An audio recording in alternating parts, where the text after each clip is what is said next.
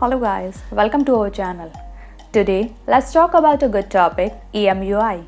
Since 2012, EMUI released on the top of the Android OS. As of now, Huawei has unveiled 11 versions of EMUI software system.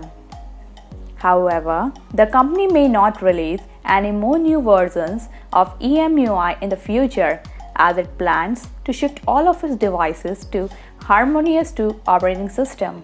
Yet, recently, Huawei has shared a possibility of unveiling a new EMUI software version.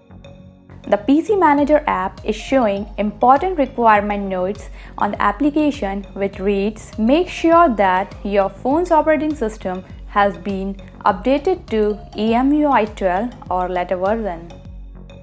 The inclusion of EMUI 12 is a matter of surprise for consumers, as it could be also EMUI 11, but the message has been seen on different screens of PC Manager app features several times. From the latest PC Manager changes, we can come to the following three conclusions. First, the PC Manager is still under development, so it could be a mistake from the Huawei developers. Second, it is actually EMUI 12. Third, it is EMUI 11. To be mentioned, Huawei has not announced any official confirmation on the existence of EMUI 12. That's it for now.